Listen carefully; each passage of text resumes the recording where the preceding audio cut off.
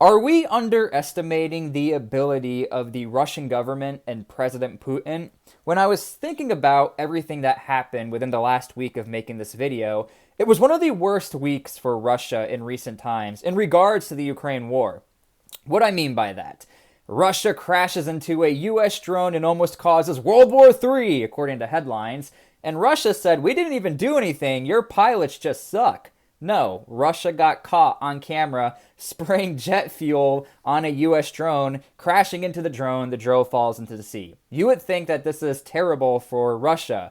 But in fact, Russia turned the whole thing around and said, you know what, we're actually going to give our pilots awards. And I want to make a longer video about that. But anyway, then we move on. All of a sudden, Putin gets charged with war crimes, a really bad war crime. He gets charged with stealing children from Ukraine, putting them into Russian adoption, and then indoctrinating those children into the Russian way, which is pretty sick.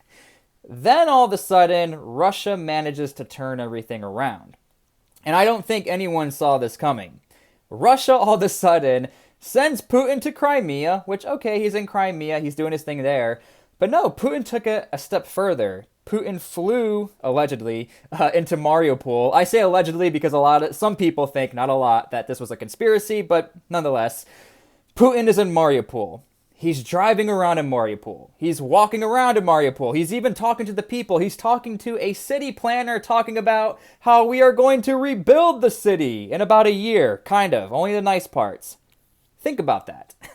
Then all of a sudden, Putin goes back into Russia and says, it's all good. I just walked into the country who threatened me with a war crime with an arrest warrant. Nothing happened. All is good. What are you going to do about it? Almost like taunting them. And when I say taunting, I mean legit taunting from the Russian government. We have a former Russian president, and I suggest you go look at the tweets. He posted a picture of a toilet paper emoji and said, wipe your butt with it. Wipe your butt with that arrest warrant. A former president, a former Russian president, who is friends with Putin. But then, all of a sudden, to make things even worse for the West and NATO and the ICC, all of a sudden, Russia says, you know what? You broke our laws. And our laws state that if you charge somebody who did not do a crime, that is against Russian law. So now Russia turns everything on the ICC and says, hey, you're in trouble, not us. The ICC says, hey, you're in trouble, not us. Now, the way I see it is this. Russia is a really confusing military and organization as a whole, because in one sense, they will send a 40-mile convoy that doesn't defend their flanks or their sides and get absolutely demolished by javelins and everyone ever. They can't seem to figure that part out. But then all of a sudden, Russia pulls off like this amazing stunt where they were able to flip the script. And I actually think the issue is this.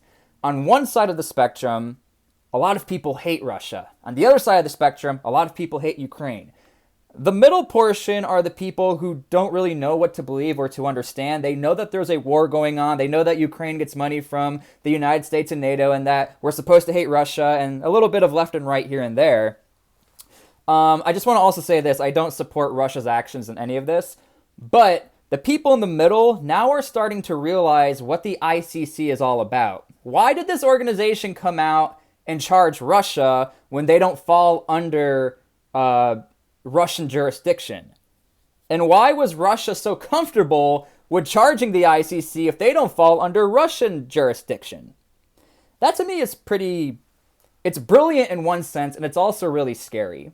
In terms of war crimes, Putin being charged for that specific war crime is very serious. And I think the ICC has actually been catching more flack than praise. Obviously, from the Ukrainian side, Ukraine is so happy this happened. Finally, a win in the Ukraine column. We've been saying that Russia is performing all of these war crimes. Charge the whole Russian military while you're at it. And if you go look at Twitter, you go look at Instagram, you see video after video after video of Russia doing these war crimes. And then Putin says, you guys are hypocrites. Russia says this is all a lie. Now Russia finally found the one time where they really can point out something that doesn't make sense. You have an international court signed arbitrarily by countries who say they will follow it.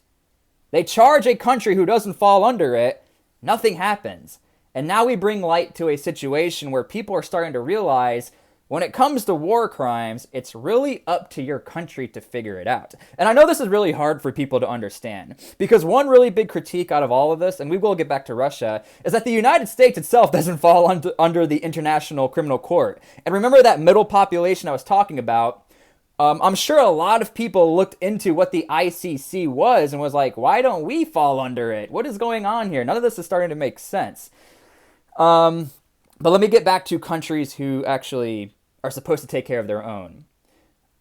In the process of war, every country is supposed to have standards, and you hope that standards are met for countries. And what I mean by that is, if one of your soldiers does a war crime, you take care of your own. And whether it's capital punishment, deduction of rank, whatever it is. The ICC is supposed to sort of be this arbitrary way to look over everything and make sure everyone's doing the right thing. And a lot of people actually don't like the ICC for that, because it should just be well known that countries will take care of their own. They won't take out civilian populations. And what Russia is saying, they don't regard the war in Ukraine as a war. It's a special operation. So the ICC doesn't even have to look over here. This is not a war. We're not doing war crimes. We're fighting against a country that they're the ones who are doing war crimes. So Russia, again, has really managed to find a way to flip this script like I've never really seen before. Maybe some of you guys have seen this before. Leave a comment down below if you've seen a country manage to just entirely turn the motivation back in their favor. And the way that I'm seeing it is, I think we really underestimated Russia and their ability to motivate an entire population, to motivate their military. This last week, in the time of making this video, was a really bad week for Russia. We have Wagner Group coming out publicly saying we need more ammo, we need more support. You have a city, Bakhmut, that's being surrounded, and Ukrainians are like, we need help here. And then all of a sudden we see Putin is charged with war crimes, but nothing happens. What is going on? So yeah, I just wanted to put that out there. I just find this extremely fascinating. And I think Russia managed to actually win this week in terms of media. And I think that's a rare W for Russia, because a lot of people can't stand Russia. I am not in favor of Russia at all. I'm not in favor of this conflict at all. But when you look from a subjective line, Russia sort of did win the week. And I think militaries can learn that even though you have your worst week, you can turn it all around if your leader puts himself out there and goes to the country who threatens them. And I think that was something special this week. And I think we just lived through history, honestly. So yeah, again, let me know what you guys think. I thought it was a rather interesting topic and a rather bad, interesting time to be living amongst all this chaos going on in Ukraine and Russia. Again, I hope this all ends soon, and we'll see you later.